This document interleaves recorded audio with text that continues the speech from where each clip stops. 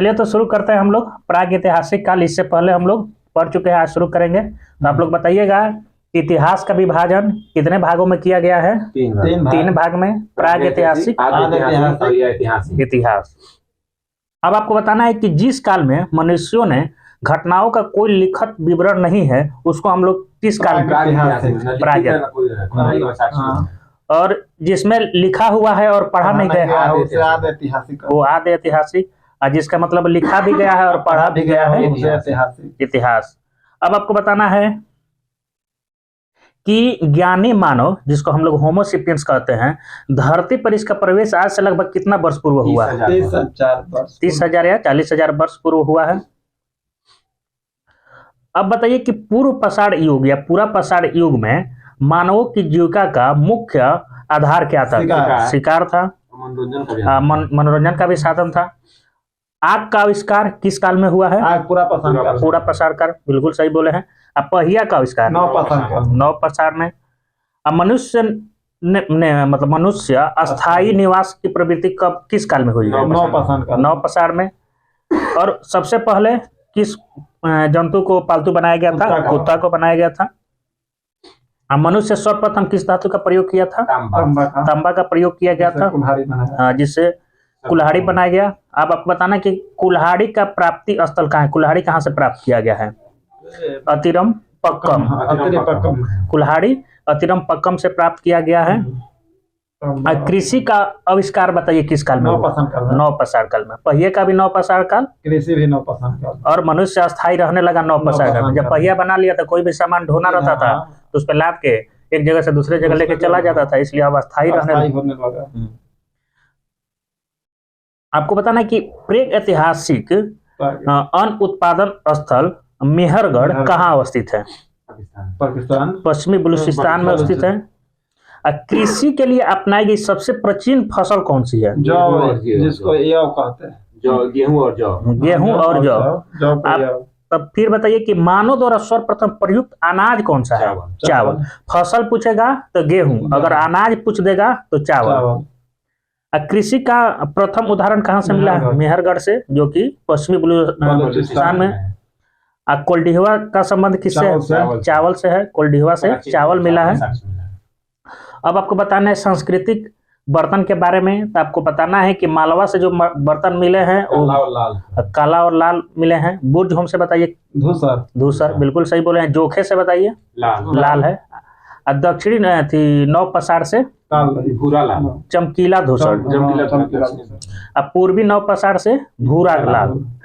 दक्षिण नव पाषाण से पूछेगा तो चमकीला धूसर। अब पूर्वी नव पाषाण से पूछेगा तो भूरा लाल। अब मालवा से पूछेगा तो काला लाल। बुर्ज से धूसर, जोखे से लाल।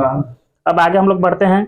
तो भारत में जो अधिकांश औजार बनाए गए थे किस चीज के बने होते थे? पत्थर के, लेकिन हाँ उसको स्फटिक उसको बोलते थे। बताइए कि जो पूरा पाषाण कालीन औजार था इसको सबसे पहले कौन खोजा था? जो औजार मिला है उसको सबसे पहले कौन खोजा था? 1863 ईस्वी में उसके द्वारा रॉबर्ट ब्रूस फुट द्वारा पूरा पाषाण कालीन औजारों का खोज किया गया है।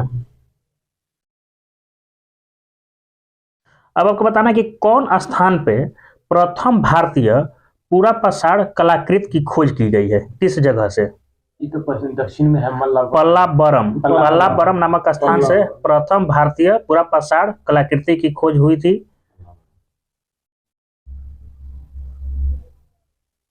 मानव के अस्थि पंजर बताइए कहाँ से मिले हैं? मानव के अस्थि पंजर मतलब किस काल के हैं? मध्य पाषाण।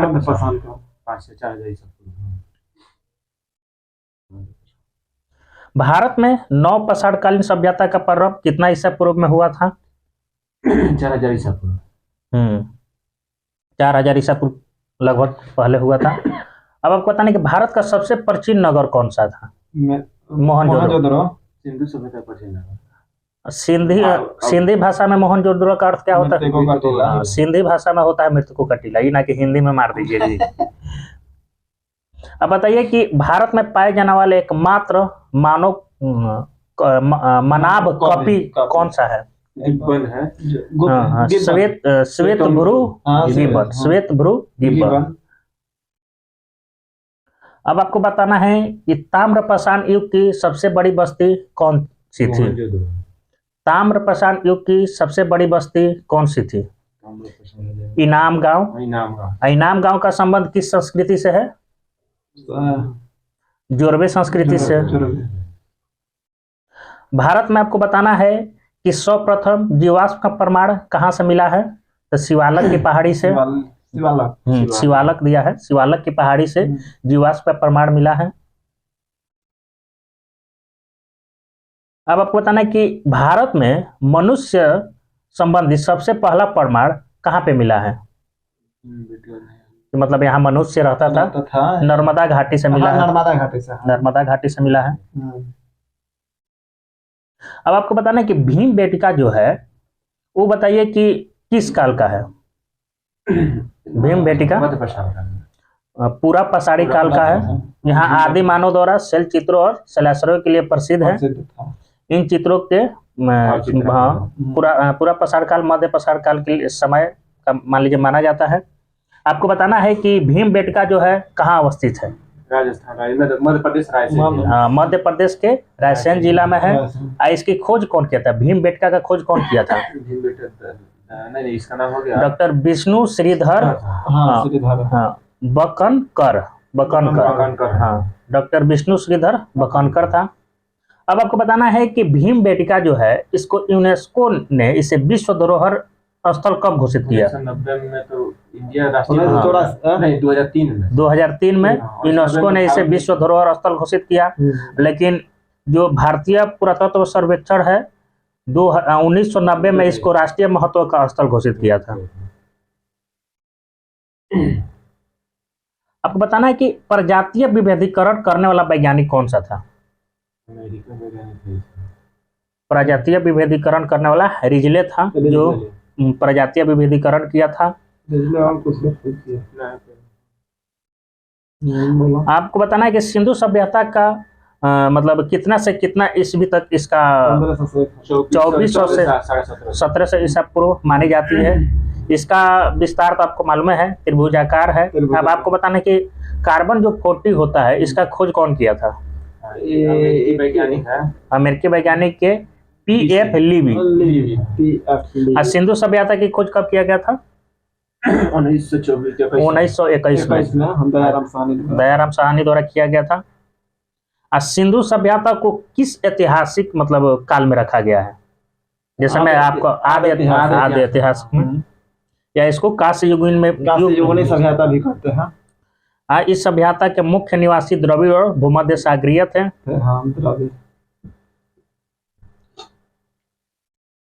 अब आपको बताना है कि सिंधु सभ्यता का सर्वाधिक पश्चिमी पूरा स्थल कौन सा है?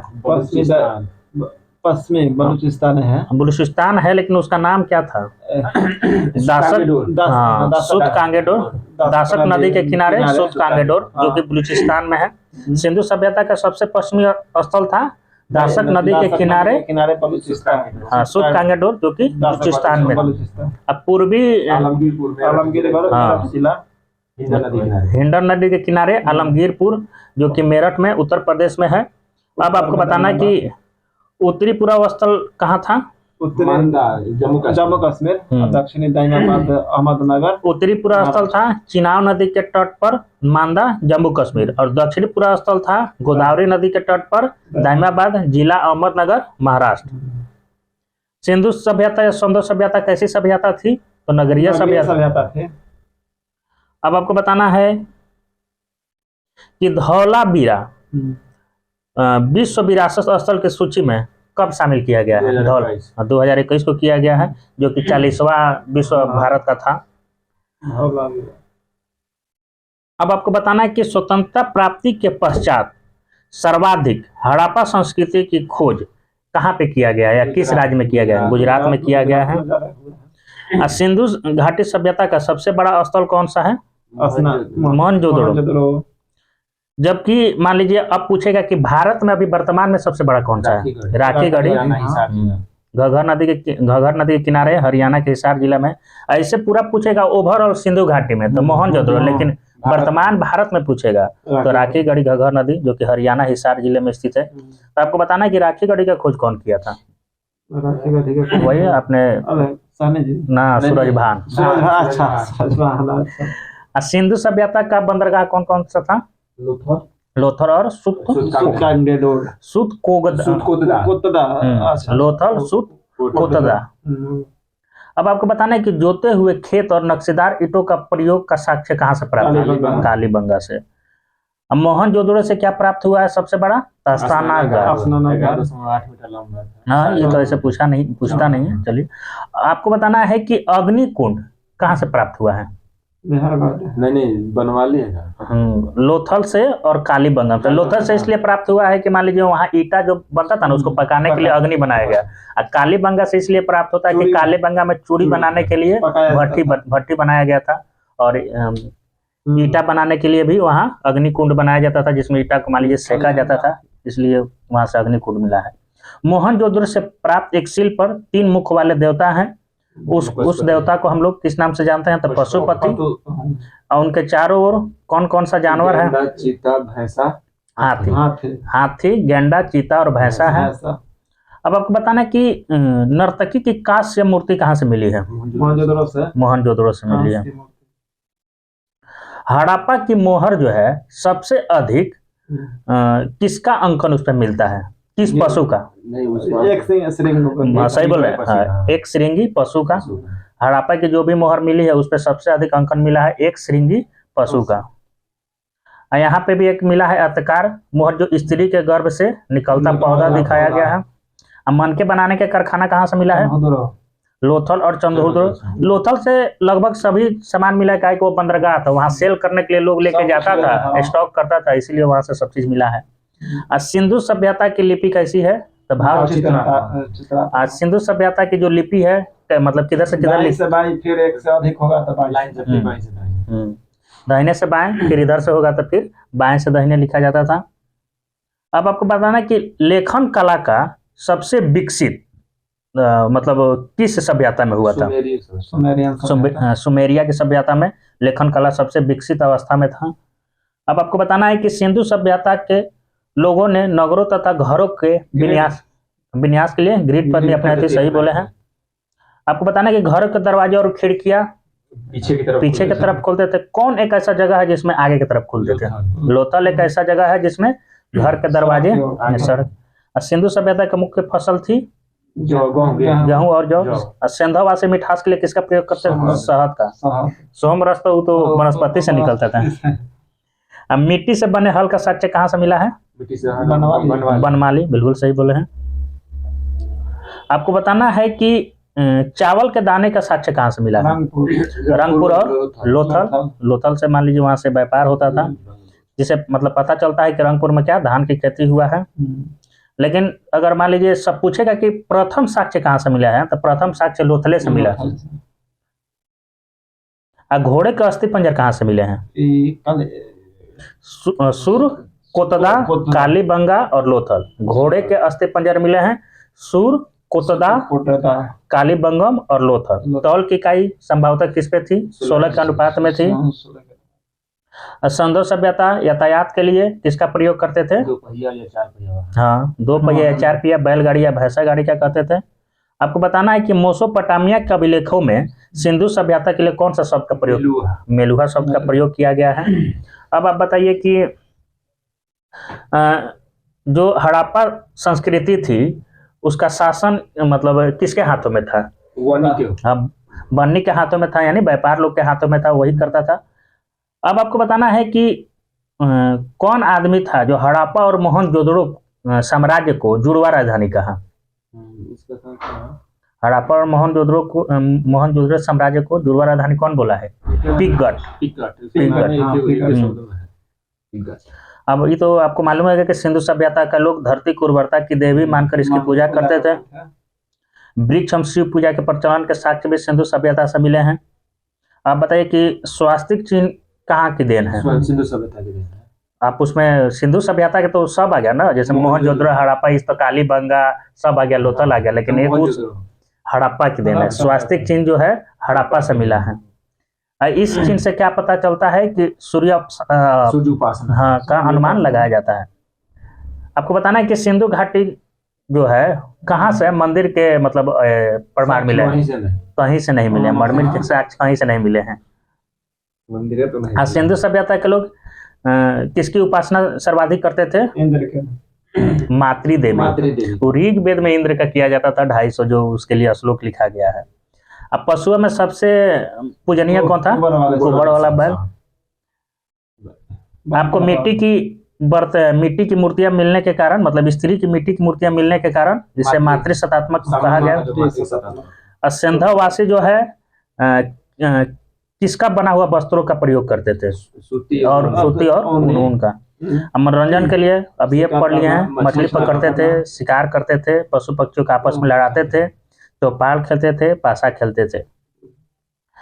आप बताइए कि सिंधु सभ्यता के लोग काले रंग से डिजाइन किए हुए लाल मिट्टी के बर्तन बनाते थे। सिंधु सभ्यता के लोग बताइए किससे परिचित नहीं थे? तो मान लीजिए ऑप्शन देगा तो इसमें तलवार से परिचित नहीं।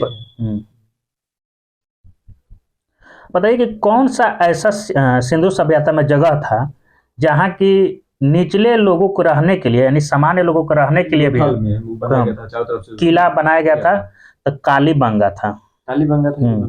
कालीबंगा एक हड़प्पा कालीन स्थल था जिसमें निचला शहर सामान्य लोगों के रहने हेतु भी उसमें किले से घिरा हुआ था। कालीबंगा ही था जिसमें सामान्य लोग भी रहने के लिए उसको चारों तरफ से किला से घेरा हुआ था। कालीबंगा का आपको अर्थ मालूम है क्या होता है? काली चूड़िया होता है।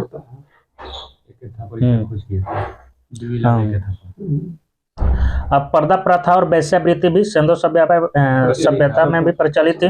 अब आप बताइए कि शव को जलाने और गाड़ने दोनों की प्रथा तो प्रचलित थी, तो आप बताइए कि शव को दफनाने का कहाँ से मिला है? दफना देते थे प्रचलित मोहनजोदड़ो में। सिंधु सभ्यता में दफना देते थे। सिंधु सभ्यता तो पूरा हो गया ना। मोहनजोदड़ो में क्या करते थे आप लोग? दफनाते थे। मोहनजोदड़ो में जलाते थे। मोहनजोदड़ो में सही जलाते थे। ये हुआ दफनाते थे यहाँ पे हड़प्पा में। दो था ही महत्वपूर्ण। तो मोहनजोदड़ो में ज आ रहा है, जलाने में भी ज आ रहा है। मैंने हम लोग का है मोहनजोदड़ो, हड़प के दफना दिए। ऐसा मोहनजोदड़ो में जा रहा है, जलाने में भी जा रहा है। जोदड़ो जलाने दोनों में मिला ना, जोदड़ो जलाने। और हड़प्पा में शव को दफनाते थे। हाँ, मोहनजोदड़ो में जलाते थे। सिंधु सभ्यता के विनाश का प्रमुख कारण क्या था? बाढ़ था। आज को भी बोला है मगध का, कौन है मेगास्थनीज के, इसका भी विनाश उसी से होगा, बाढ़ से। हाँ, बाढ़ से, आग से। आप बताइए कि आग में पकी हुई मिट्टी को हम लोग क्या बोलते हैं? टेराकोटा कहते हैं। अब आपको बताना है कि सिंधु सभ्यता में प्रमुख स्थल, तो आपको हम प्रमुख स्थल बोलेंगे, आपको बताना है कि कौन से नदी के किनारे है। तो हड़प्पा बताइए किस नदी के किनारे है? रावी नदी। मोहनजोदड़ो सिंधु नदी के किनारे है। चनहुदड़ो किस नदी किनारे है? सिंधु है। कालीबंगा किस नदी किनारे है? घग्गर। कोटदीजी किस नदी किनारे है? सिंधु। कोटदीजी सिंधु, कोटदीजी है सिंधु। रंगपुर बताइए किस नदी किनारे? रंगपुर हो जाएगा, लूनी है। मादर। रंगपुर मादर, रंगपुर मादर नदी। रोपड़ हो गया पंजाब सतलज नदी। रोपड़ सतलज नदी। लोथल भोगवा नदी। लोथल भोगवा नदी। आलमगीरपुर हिंडन नदी। आलमगीरपुर हिंडन नदी। और सुतकांगेडोर अभी ये तो पढ़े थे। सुतकांगेडोर हो गया तो सबसे जो दास नदी के वहां। हाँ, दास नदी। आगे बढ़ते हैं तो बनमाली हो गया, ये हो जाएगा आपका रंगोई। बनमाली किस नदी के? रंगोई। बनमाली रंगोई नदी। धौलावीरा लूनी नदी। धौलावीरा लूनी नदी। और सुतका शादीकोर, सुतका है शादीकोर नदी किनारे। हाँ, बलूचिस्तान में है। हाँ, सुतका है शादीकोर नदी किनारे। अब आपको बताना है कि मतलब हड़प्पा जो है कि मतलब अभी स्थिति उसकी कहाँ पे है। तो हड़प्पा बताइए कि पंजाब प्रांत में हो गया। पाकिस्तान के पंजाब प्रांत का सहीवाल जिला। अब मोहनजोदड़ो कहाँ अवस्थित है? अभी पाकिस्तान में है। पाकिस्तान के सिंध प्रांत का लड़काना जिला। चनहुदड़ो बताइए कहाँ अवस्थित है? सिंधु नदी तो पाकिस्तान में। सिंध प्रांत पाकिस्तान, नवाब शाह जिला। कालीबंगम बताइए, राजस्थान का घाघर नदी किनारे हनुमानगढ़ जिला। कालीबंगा है राजस्थान का हनुमानगढ़ जिला। कोटदीजी बताइए कहाँ है? पाकिस्तान में सिंधु नदी किनारे बहता है। पाकिस्तान का हो गया सिंध प्रांत पर खैरपुर आस्थान। कोटदी है सिंध प्रांत खैरपुर आस्थान। रंगपुर बताइए कहाँ है? गुजरात का कठियावाड़ जिला। रंगपुर अवस्थित है गुजरात का कठियावाड़ जिला। रोपड़ पंजाब का रोपड़ जिला। हाँ, रोपड़ पंजाब का रोपड़ जिला, सही बोले हैं। लोथल गुजरात का अहमदाबाद जिला। लोथल है गुजरात का अहमदाबाद जिला में। आलमगीरपुर तो अभी ये पढ़ लिया है, उत्तर प्रदेश का मेरठ जिला। और सुत कांगेडोर पाकिस्तान के मकरान में समुद्र तट के किनारे है। अब बनवाली है हरियाणा का हिसार जिला। धौलावीरा है गुजरात के कच्छ जिला। सुतका है दक्षिणी बलूचिस्तान। अब आपको बताना है कि कौन सा मतलब स्थल का खोज कौन किया था। तो आप बताइए कि हड़प्पा का खोज कौन किया था? दयाराम साहनी 1921। दयाराम साहनी, इसमें और भी नाम दिया है माधवरूप बत्स और व्हीलर। हाँ, इसमें भी ये मान लीजिए दयाराम साहनी ऑप्शन में नहीं आएगा, माधव स्वरूप बत्स दे दिया तो पता नहीं चलेगा कि भाई पढ़े हैं कि ना पढ़े हैं। अब आपको बताना है कि मोहनजोदड़ो बताइए इसका खोज कौन किया था। इसमें भी 3 नाम है, रखाल दास बनर्जी, माइके और व्हीलर। और चंद्रहुदड़ो की खोज कौन किया था? माइके और एनजी मजूमदार। कालीबंगा की खोज अभी आप उस समय से बोले थे अमलानंद घोष, बीबी लाल एवं बीके थापर। लाल घोष है, बीके थापर। कालीबंगा की खोज किया था अमलानंद घोष, बीबी लाल और बीके थापर। कोटदीजी का खोज फजल अहमद। कोटदीजी फजल अहमद। कोटदीजी फजल अहमद। रंगपुर उसी का नाम पे है रंगनाथ राव। रंगपुर रंगनाथ राव। रंगपुर का खोज रंगनाथ राव। रोपड़ की खोज यज्ञदत्त शर्मा। बिल्कुल सही बोले हैं, रोपड़ यज्ञदत्त शर्मा। रोपड़ की खोज यज्ञदत्त शर्मा। लोथल की खोज लोथल हो जाएगा, वही रंगपुर वाला आदमी खोजा है। लोथल भी रंगनाथ राव और रंगपुर भी रंगनाथ राव। आलमगीरपुर वही रोपड़ वाला जो खोजा है यज्ञदत्त शर्मा। आलमगीर और रोपड़ यज्ञदत्त शर्मा। और सुत कांगेडोर का खोज कौन किया है? Aurel Stein. सुत कांगेडोर की खोज ऑरेल स्टाइन। सुत कांगेडोर की खोज ऑरेल स्टाइन। बनमाली की खोज रविंद्र सिंह बिष्ट। बनवाली की खोज रविंद्र सिंह बिष्ट। बनवाली की खोज रविंद्र सिंह बिष्ट। धौलावीरा की खोज जेपी जोशी और रविंद्र सिंह बिष्ट। धौलावीरा की खोज जेपी जोशी रविंद्र सिंह बिष्ट। सुतका की खोज जॉर्ज डेल्स। सुतका की खोज डेल्स। सुतका की खोज था जॉर्ज डेल्स। अब आगे बढ़ते हैं।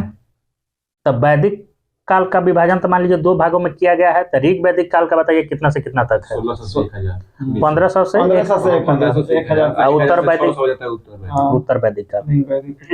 अब बताइए कि आर्य सर्वप्रथम कहाँ आके बसे थे? मध्य एशिया से आए थे। पंजाब के प्रांत कौन से है? पंजाब और अफगानिस्तान में बसे थे।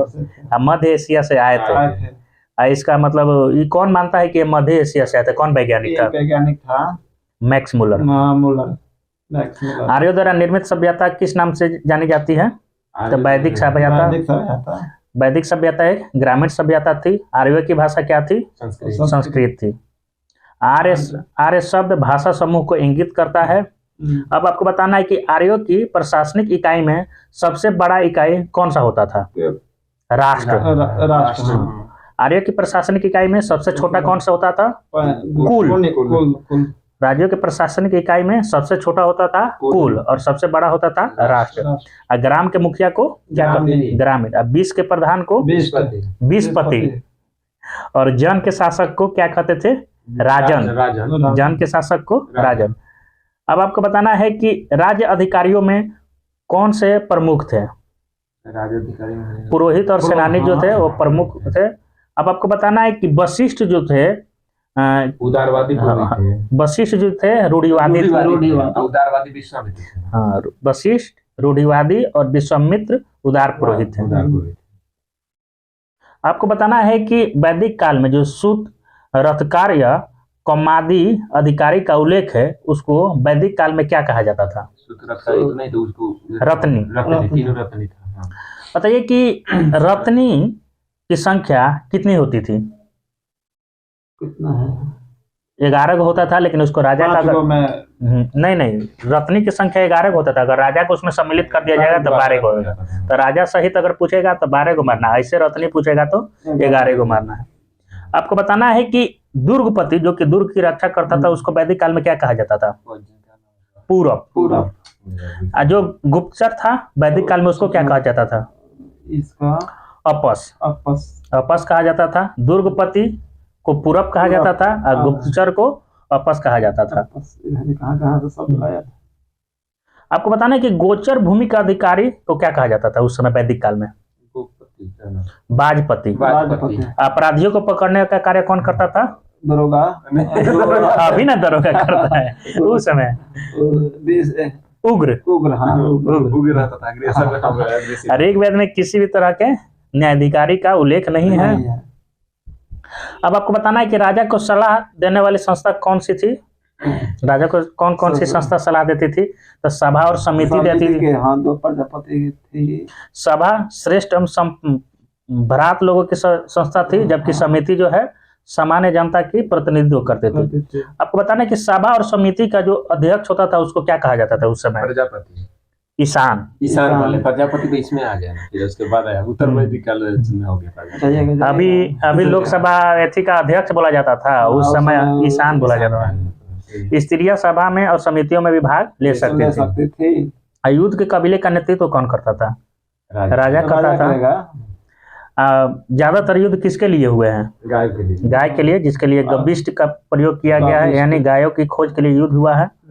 आपको बताना है कि 10 राज्य युद्ध का उल्लेख किस वेद में है? ऋग्वेद में है, जो परोसनी नदी के किनारे हुआ था। सही बात है। अब ऋग्वेद के किस मंडल में 10 राज्य युद्ध का उल्लेख है? 7वें मंडल में 10 राज्य युद्ध का उल्लेख ऋग्वेद के 7वें मंडल में। यह युद्ध परोसनी नदी जो कि अभी उसका नाम क्या है? रावी है। आप बताइए कि किनके बीच? सुदास। इसमें विजयी कौन हो गया था? सुदास विजयी हो गया। आप बताइए कि उपनिषदों की कुल संख्या कितनी है? उपनिषद 108 है। महापुराणों की संख्या? 18। वेदांत की संख्या कितनी है? 6 गो। ऋग्वेद में आपको मालूम है समाज के 4 वर्ण थे, ब्राह्मण, क्षत्रिय, वैश्य और शूद्र। इनका विभाजन व्यवसाय पर आधारित था। आप बताइए कि वर्ण व्यवस्था जो है ऋग्वेद के किस मंडल में है? 10वें मंडल पर पुरुष। 10वें मंडल के पुरुष सूक्त में इसका उल्लेख है। ये तो आपको मालूम है कि ब्राह्मण परम मुख से, क्षत्रिय उसकी भुजाओं से, वैश्य उनकी जांघों से और शूद्र उनके पैरों से उत्पन्न। कैसे निकला होगा जी? आर्य मतलब माना जाता है। आप बताइए कि आर्यों का समाज मातृ प्रधान था या पितृ प्रधान था?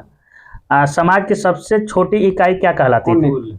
परिवार या कुल। अब ये तो ऊपर पढ़ेंगे। सबसे छोटी इकाई थी कुल और सबसे बड़ा था राष्ट्र। कुल के मुखिया को क्या कहते थे? कुलपति। क्या नाम है? पिता होता था कुल का मुखिया, जिसको कुलप कहा जाता था। कुलप कहा जाता था। स्त्रियां इस काल में पति के साथ यज्ञ में भाग लेती थी। बाल विवाह और पर्दा प्रथा का प्रचलन नहीं था। विधवा अपने पृथक पति के छोटे भाई यानी याज्ञ बल को वाद विवाद की चुनौती कौन सी स्त्री दी थी? गार्गी जो थी याज्ञवल्क्य को वाद विवाद की चुनौती दी थी। इससे पता चलता है कि स्त्रियां भी शिक्षा ग्रहण करती थी। जीवन भर अविवाहित रहने वाली महिलाओं को अमाजू कहा जाता था।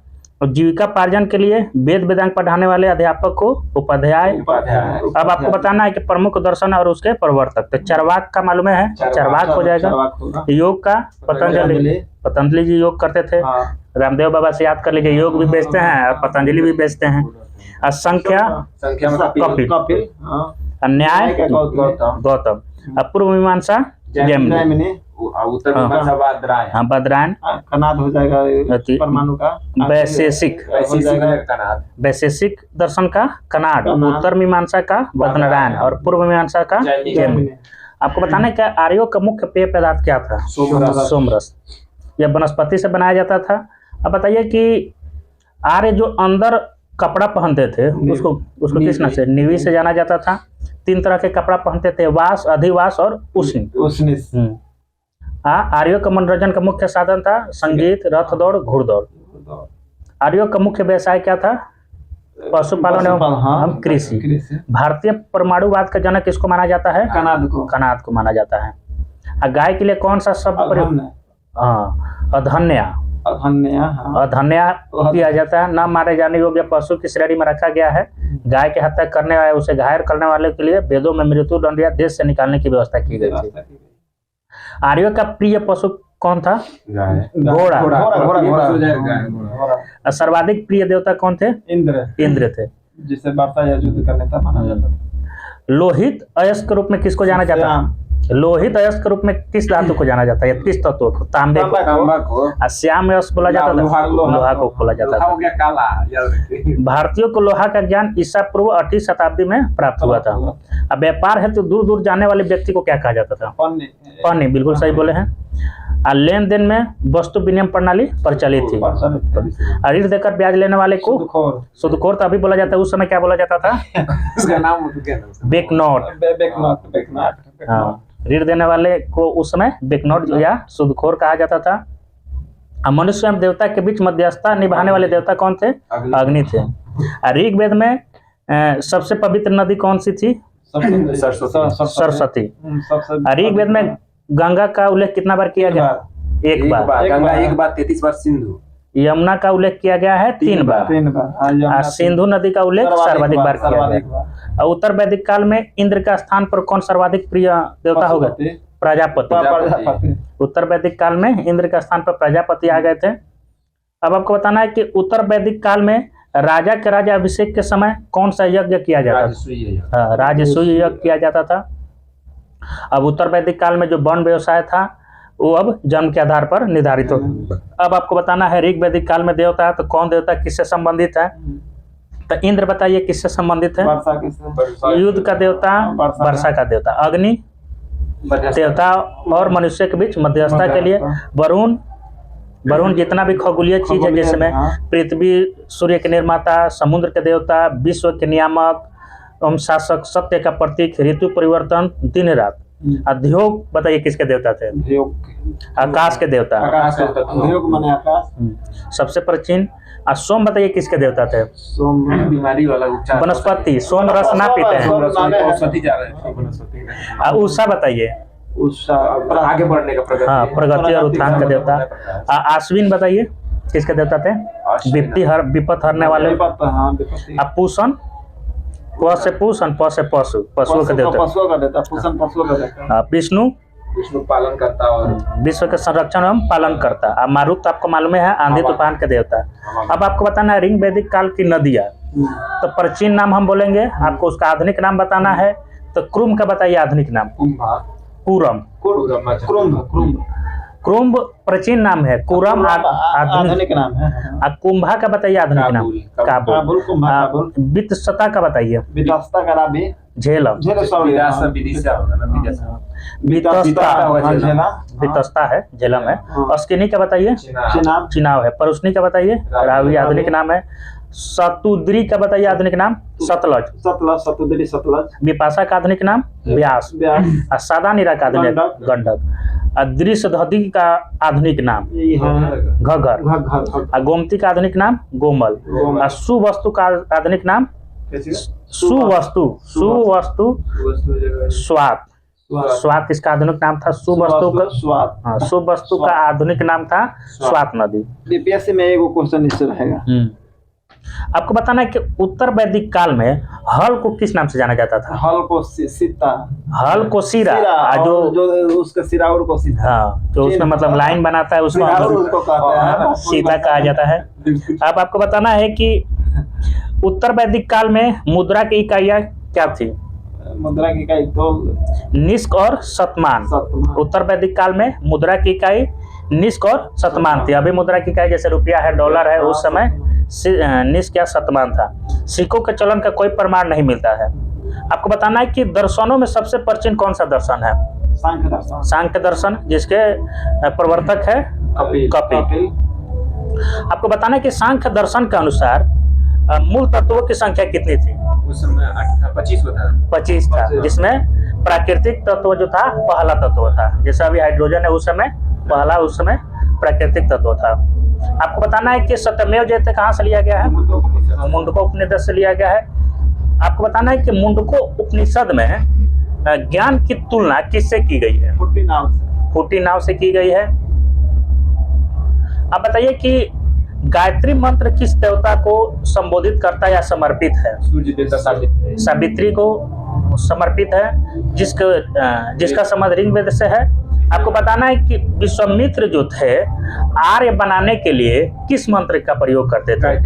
गायत्री मंत्र। श्राद्ध की प्रथा सबसे पहले कौन शुरू किए थे? दत्तात्रेय के पुत्र। दत्तात्रेय ऋषि के पुत्र थे। निमि के द्वारा श्राद्ध प्रथा का शुरुआत किया गया था। आपको बताना है कि उत्तर वैदिक काल में प्रथम बार पक्की ईंटों का प्रमाण कहाँ से मिला है या प्रयोग कहाँ किया गया था? कौशाम्बी।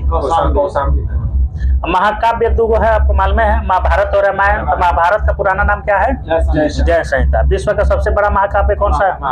महाभारत या जय संहिता। आपको बताना कि गोत्र नामक संस्था का मतलब किस काल में उपयोग हुआ था? उत्तर वैदिक काल में। उत्तर वैदिक काल में गोत्र नामक संस्था का।